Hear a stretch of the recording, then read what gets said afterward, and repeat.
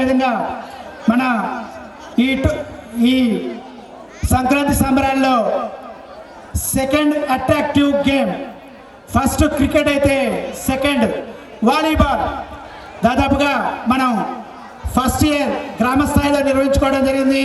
ఆ తర్వాత దాన్ని మండల స్థాయిగాను, ఆ తర్వాత నియోజకవర్గ స్థాయిగాను, ఆ తర్వాత 2-3 నియోజకవర్గాల స్థాయిలో మనం కండక్ట్ చేసుకోవడం జరిగింది.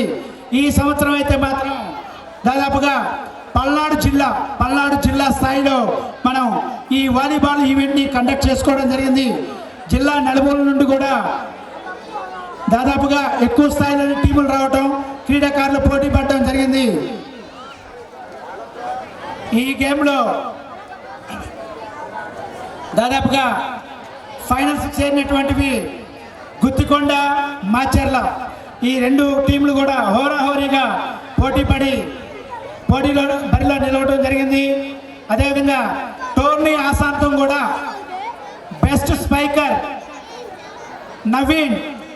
Naveen from Guttikonda, best spiker award goes to Naveen from Guttikonda. Come on the dais.